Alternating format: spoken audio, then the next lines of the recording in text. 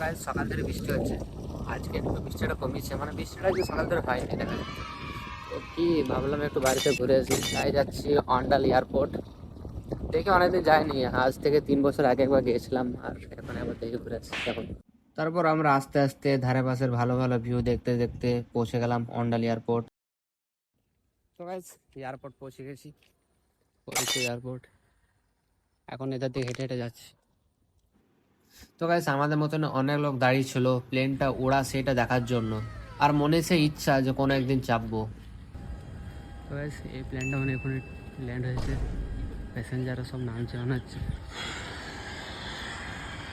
ওই তো সামনে প্লেনগুলো দেখতে পাওয়া যাচ্ছে। তো গাইস এখানে একটা ভিআইপি নেমেছে মনে হচ্ছে, অনেক সিকিউরিটি রয়েছে, কে ওটা ঠিক আমরা জানি না, কোনো নেতা আর হাজার বড় নেতা।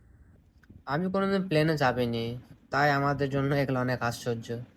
চাপবো ইনশাআল্লাহ, একদিন চাপবো। এটা কোথাও এটা জায়গাটা এটা হলো কাজী নজরুল ইসলাম। নেই। তারপর কিছুক্ষণ ঘোরাঘুরি করার পর যে কারণে এয়ারপোর্ট আসা সেটা দেখতে পেলাম। The angels up in the clouds are jealous knowing we found